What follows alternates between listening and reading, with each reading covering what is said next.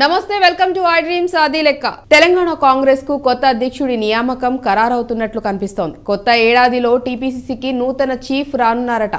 అయితే ఈసారి రేవంత్ రెడ్డి స్థానంలో ఆ పార్టీ పదవి బీసీలకు కట్టబెడతారా, ఎస్సీలకు ఇస్తారా అన్న దానిపై క్లారిటీ కనపడటం లేదు.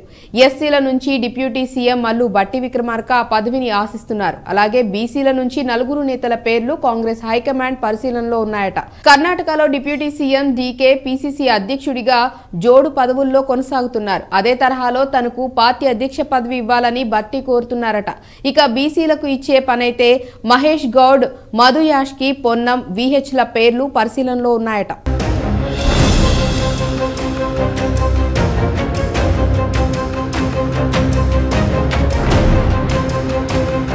టీపీసీసీ కొత్త అధ్యక్షుడిపై హైకమాండ్ కసరత్తు. 10-15 రోజుల్లోనే కొత్త అధ్యక్షుడి ఎంపిక. ఇప్పటికే అభిప్రాయ సేకరణ పూర్తి చేసిన అధిష్టానం.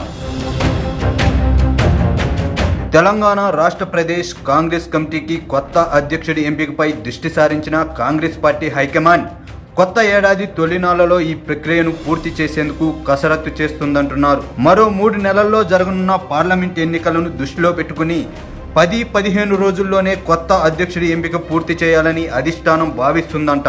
అందులో భాగంగా ఇప్పటికే ఏఐసీసీ పరిశీలకులు, రాష్ట్ర ముఖ్య నేతల నుంచి అభిప్రాయ సేకరణ చేసిన హైకమాండ్ పెద్దలు ఎస్సీ సామాజిక వర్గం నుంచి ఒక పేరును, బీసీ సామాజిక వర్గం నుంచి 4 పేర్లను పరిశీలిస్తున్నట్టు సమాచారం. ఏఐసీసీ వర్గాల నుంచి అందుతున్న సమాచారం మేరకు ఎస్సీ సామాజిక వర్గం నుంచి ఉప ముఖ్యమంత్రి భట్టి విక్రమార్క పేరును పరిశీలనలో ఉందని తెలుస్తుంది. కర్ణాటకలో డీకే శివకుమార్ కు డిప్యూటీ సీఎం పదవితో పాటే పీసీసీ అధ్యక్ష పదవిని కట్టబెట్టిన మాదిరే తనకు కూడా ఆ పదవి ఇవ్వాలని భట్టి కోరుతున్నారంట. తాజాగా ఏఐసీసీ అధ్యక్షుడు మల్లికార్జున ఖర్గే అగ్రనేత సోనియా గాంధీని కలిసిన సమయంలో ఇదే విషయాన్ని ఆయన వెల్లడించినట్టు తెలుస్తుంది. పీసీసీ అధ్యక్షుడిగా మల్లు అనంతరాములు చేసిన సేవతో పాటు సిఎల్పీ నేతగా తాను కష్టకాలంలో నిలబడిన తీరును పెద్దల దృష్టికి తీసుకెళ్లినట్టు సమాచారం. ప్రస్తుతం ముఖ్యమంత్రి రెడ్డి సామాజిక వర్గం, ఉప ముఖ్యమంత్రి ఎస్సీ సామాజిక వర్గం వారు కావడంతో పీసీసీ అధ్యక్షుడి బాధ్యతలు బీసీ సామాజిక వర్గానికి కట్టబెట్టాలనే డిమాండ్ సైతం బలంగా వినిపిస్తుంది. దాన్ని పరిగణలోకి తీసుకుంటున్న హైకమాండ్ బీసీ వర్గానికి చెందిన మంత్రి పొన్నం ప్రభాకర్, మాజీ MP Madhu Yaskhi Goud, PCC working president Mahesh Kumar Goud, మాజీ పీసీసీ అధ్యక్షుడు వి హనుమంతరావు పేర్లను పరిశీలిస్తున్నట్టు తెలుస్తుంది. ఇందులో పొన్నం ఇప్పటికే మంత్రిగా కొనసాగుతుండటం, మధు యాష్కి ఇటీవల ఎన్నికల్లో పోటీ చేసి ఓడిపోయిన దృష్ట్యా మహేష్ గౌడ్, విహెచ్ల పేర్లను చర్చ జరుగుతున్నట్టు చెబుతున్నారు. ప్రస్తుతం పీసీసీ అధ్యక్షుడిగా కొనసాగుతున్న ముఖ్యమంత్రి రేవంత్ రెడ్డి సైతం మహేష్ గౌడ్, విహెచ్లలో ఒకరికి మద్దతుగా నిలుస్తున్నారని సమాచారం. ఏదేమైనా జనవరి 2వ వారానికల్లా తెలంగాణకు కొత్త అధ్యక్షుడి నియామకం జరుగుతుందంటున్నారు. దీనిపై ఇప్పటికే ఏఐసీసీ పరిశీలన చేస్తుందని, బీసీ సామాజిక వర్గ నేతను ఎంపిక చేసేందుకు ఎక్కువ అవకాశాలున్నాయని ఏఐసీసీలోని కీలక నేత ఒకరు చెబుతున్నారు. మరి చూడాలి పీసీసీ కొత్త అధ్యక్షుడిగా ఎవరికి ఛాన్స్ దక్కుతుందో.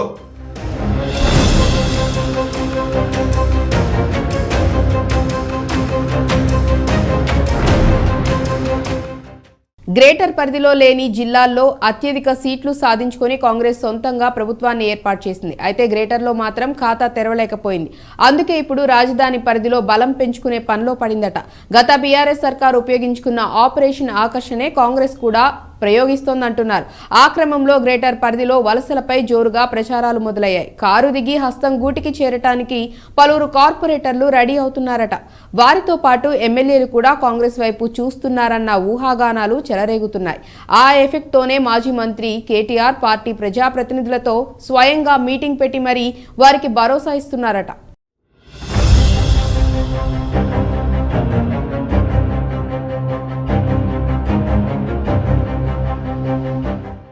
గ్రేటర్ పరిధిలో ఒక్క ఎమ్మెల్యే సీటు కూడా గెలవలేకపోయిన కాంగ్రెస్.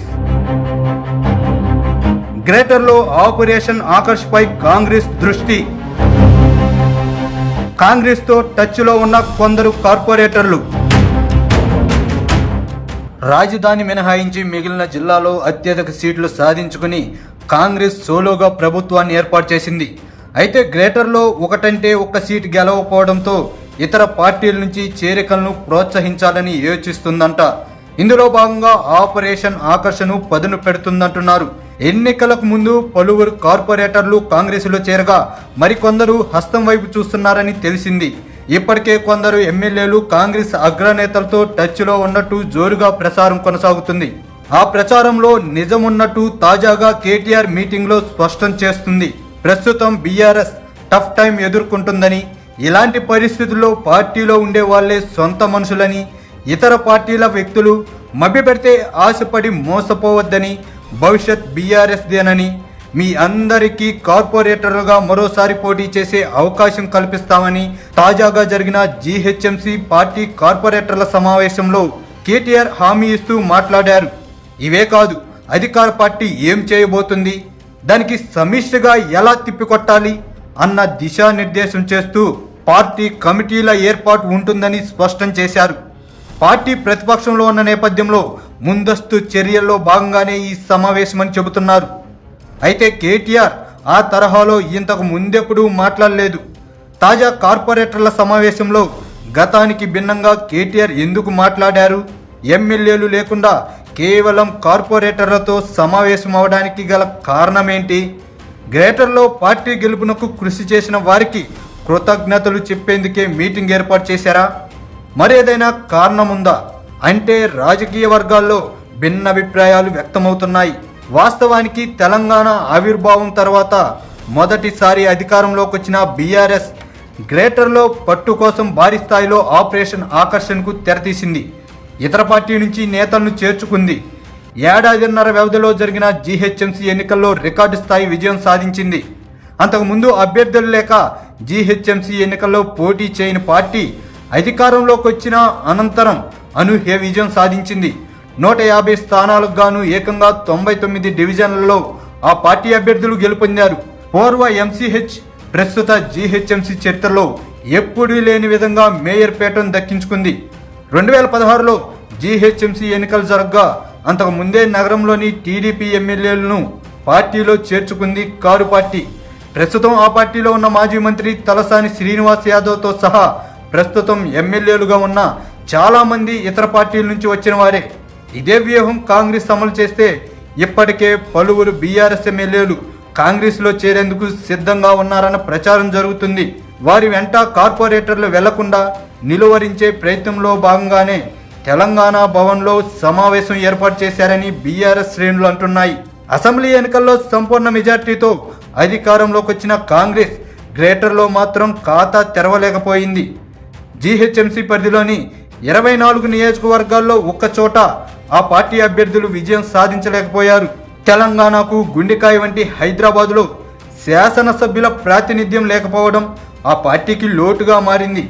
ఈ నేపథ్యంలో ఇక్కడ పార్టీ బలోపేతం, వచ్చే లోక్సభ ఎన్నికల్లో విజయమే లక్ష్యంగా కాంగ్రెస్ నేతలు పావులు కదుపుతున్నట్టు ప్రచారం జరుగుతుంది. జిల్లాలో అపూర్వ ఆదరణ లభించిన పార్టీకి నగరంలో ఎందుకు ఎదురుగాలి వీచింది, లోపాలేమిటి, బీఆర్ఎస్ అనుకూల అంశాలేమిటి అన్న దానిపై పార్టీలోని కీలక నేతలు పోస్టు మార్టం చేస్తున్నట్టు తెలిసింది. క్రమంలో పార్టీ పటిష్టత కోసం చేరికలను ప్రోత్సహించే యోచనలో కాంగ్రెస్ రాష్ట్ర అగ్రనేతలు వ్యూహాత్మకంగా వారు పావులు కదుపుతున్నారని రాజకీయ వర్గాల్లో చర్చ సాగుతుంది. ముఖ్యంగా బీఆర్ఎస్ కార్పొరేటర్లు లక్ష్యంగా ఆపరేషన్ ఆకర్షకు తెర తీయాలన్న యోచనలో ఉన్నారంట.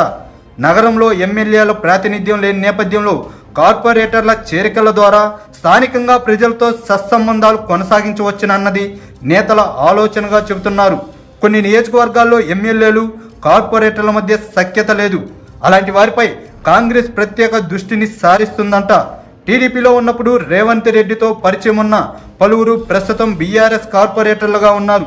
వారు పార్టీలో కొనసాగుతారా లేక హస్తం గూటికి వెళ్తారా అన్నది ఆసక్తిగా మారింది.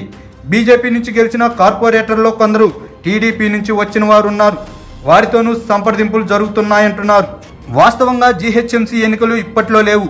ఫిబ్రవరి 2021లో ప్రస్తుతం పాలక మండలి కొలువుదీరగా తిరిగి ఎన్నికలకు 2026 వరకు సమయం ఉంది. గత ఎన్నికల్లో కాంగ్రెస్ ఏఎస్ రావు నగర్, ఉప్పల్ డివిజన్లో మాత్రమే గెలిచింది. లింగోజీగూడ కార్పొరేటర్ హఠాత్ మరణంతో ఈ స్థానాన్ని కాంగ్రెస్ కైవసం చేసుకుంది. దీంతో గ్రేటర్ కౌన్సిల్లో ఆ పార్టీ సభ్యుల సంఖ్య 3కు పెరిగింది. బీఆర్ఎస్ కార్పొరేటర్లు 56, బీజేపీ 48, ఎంఐఎం నుంచి 44 మంది విజయం సాధించారు. అనంతర పరిణామాల నేపథ్యంలో పార్టీల బలాబలాలు మారాయి. కొందరు కార్పొరేటర్లు బీఆర్ఎస్ నుంచి కాంగ్రెస్లోకి చేరగా ఒకరు పార్టీ వీడారు. 7 కార్పొరేటర్లు హస్తం గూటికి చేరారు. బీఆర్ఎస్ నుంచి 7 కార్పొరేటర్లు పార్టీ మారిస్తే బీజేపీ నుంచి 6, కాంగ్రెస్ నుంచి 1 ఆ పార్టీలో చేరారు. దీంతో కౌన్సిల్లో బీఆర్ఎస్ బలం యథాతథంగా 56గా ఉంది. కాంగ్రెస్ సభ్యుల సంఖ్య 10కి పెరిగింది. మరికొంతమంది కార్పొరేటర్లు చేర్చుకోవడం ద్వారా నగరంలో పట్టు పెరగడంతో పాటు జీహెచ్ఎంసీ కౌన్సిల్లోనూ బలమైన వాణి వినిపించే అవకాశం ఉందని కాంగ్రెస్ నేతలు భావిస్తున్నారంట.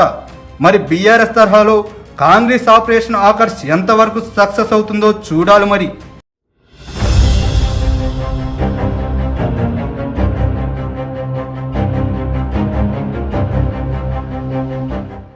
సో చూశారు కదా, ఇది ఇవాల్టి అది లెక్క. మరో టాపిక్ తో మళ్ళీ మీ ముందుంటాను. Keep watching I Dream news.